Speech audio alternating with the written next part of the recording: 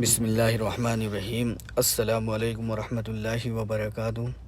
آج کل بہت سے لوگوں کا یہ سوال بن چکا ہے کہ نماز میں دل اور دماغ نہیں لگتے ہیں اور خیالات دنیا ہی کی طرف رہتے ہیں، تو ان لوگوں سے مؤدبانہ گزارش ہے کہ آپ لوگ جب نیت باندھیں اللہ اکبر کہہ کے، تو جب ثنا پڑھیں، سورہ فاتحہ پڑھیں، کوئی سورہ ملائیں، تسبیحات پڑھیں، اتحیات پڑھیں، درود ابراہیمی پڑھیں اور دعائے معصورہ پڑھیں، تو کم از کم اتنی تیز پڑھیں کہ آپ کے کان سن لیں۔